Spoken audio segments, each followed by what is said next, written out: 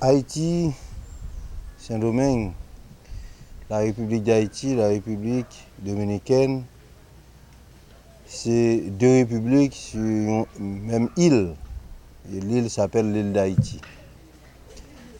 En fait, nous avons environ 200 ans d'histoire difficile.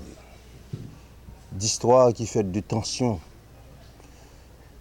d'histoire qui fait même de confrontation.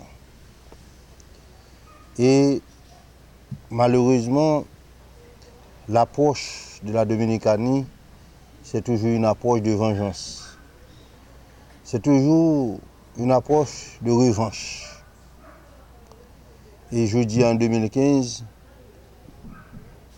je dis la relation avec la République dominicaine, c'est une relation qui tissée de conflits et qui tissée de confrontation verbale, alors que c'est deux républiques que l'on veuille ou non, sont condamnées pour vivre ensemble, pour toutes sortes de raisons. Cependant, la République dominicaine oubliait qu'il y a 2015. Nous sommes au XXIe siècle. Le sens de l'histoire, ce n'est pas la guerre. Le sens de l'histoire, ce n'est pas la confrontation. Le sens de l'histoire, c'est la coopération. Le sens de l'histoire entre ces deux pays doit être l'harmonie. L'harmonie entre deux peuples, des relations économiques fortes entre deux peuples, des relations culturelles fortes entre deux peuples. Et ça qui est capable de conduire nous à toute question, c'est une relecture de l'histoire. Chez notre voisin en République dominicaine, il y a une très mauvaise lecture de la situation qui prévalait sous la présidence de Boyer.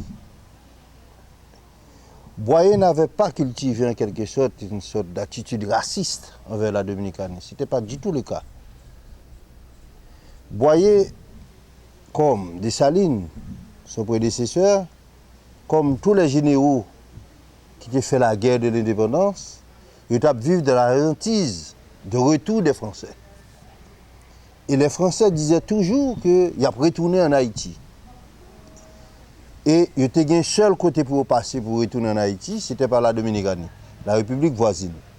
Et c'est dans ce sens que Jean-Jacques Dessalines a dit que nous devons avoir la mer pour frontière. Donc, dans l'esprit, dans le dessein de protéger les acquis de 1804, dans le dessein de sauvegarder cette liberté qui est chère à l'humanité, parce que la question de 1804, ce n'est pas une question haïtienne, ça dépasse la question haïtienne. C'est la question de l'humanité. Et il fallait coûte que coûte, à tout prix, sauvegarder cette question-là. Voilà. Boyer, il était fait conquête là pour le protéger maintenant, pour le sauvegarder la liberté. Et je pense que je dis qui est cher à chaque grain dominicain. Je dis, elle n'a pas parlé de liberté, ce n'est pas haïtien libre. C'est les gens qui vivent sur la planète là, ils sont faits pour vivre libre. Et c'est notre contribution à la question ça, de je dis à tout le monde a bénéficié, et en particulier la République dominicaine, qui vient nous par la suite, eux-mêmes, après 1804, il faut qu'il y ait une indépendance. Donc c'est intéressant pour nous préciser que, gens que la République dominicaine voulait donner une réponse par rapport à Boyer, c'est une mauvaise lecture de l'histoire.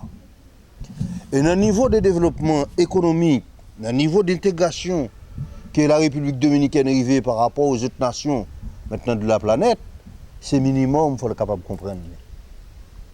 La deuxième chose, ce qui s'est fait en République dominicaine, maintenant, relatif à nos compatriotes haïtiens, il n'y a pas dans le sens de l'histoire.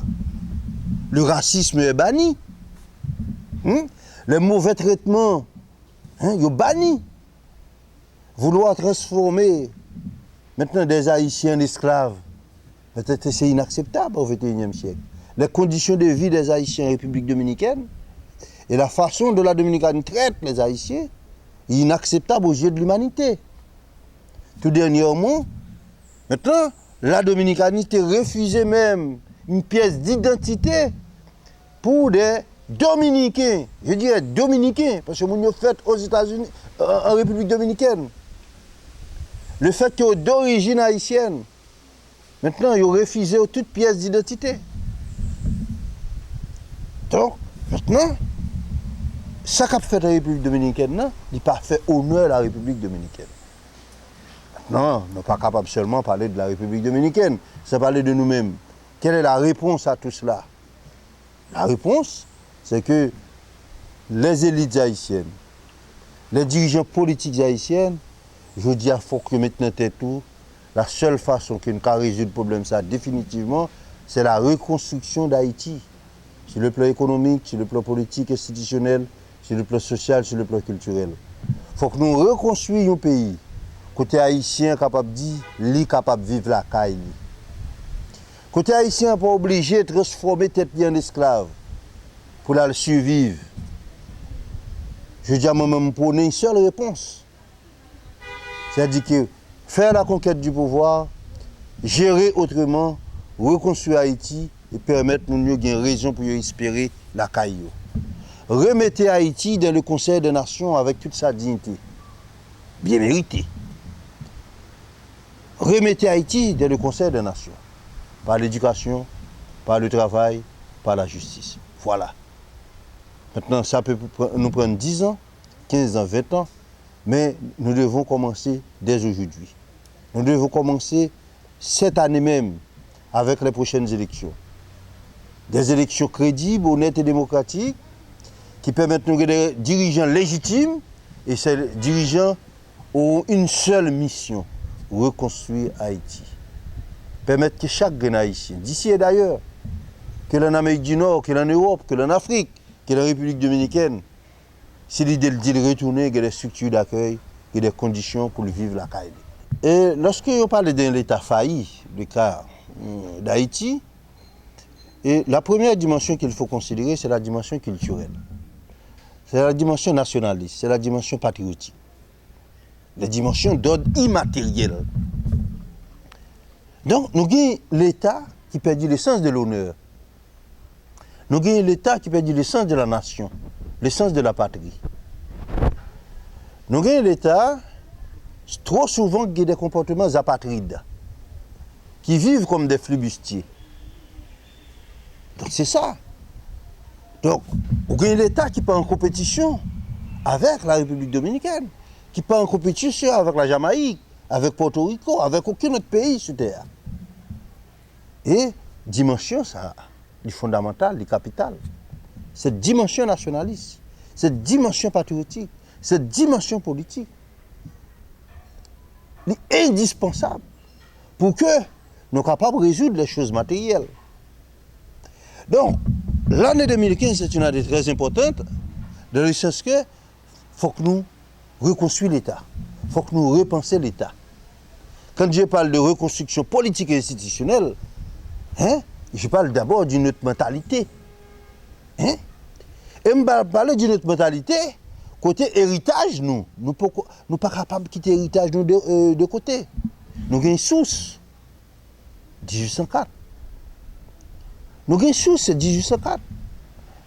C'est ça que fait toujours citer des héros de l'indépendance comme Christophe, les bâtisseurs, comme Toussaint Louverture, le diplomate, comme Dessalines, le stratège, comme Pétion, même le général, le lieutenant de Dessalines. Maintenant, pour nous faire l'unité nationale, il faut que nous construisions cette unité nationale qui évaporait, qui parsemait partout. Il faut que nous retrouvions cette unité nationale qui, l'orgueil national qui est très positif.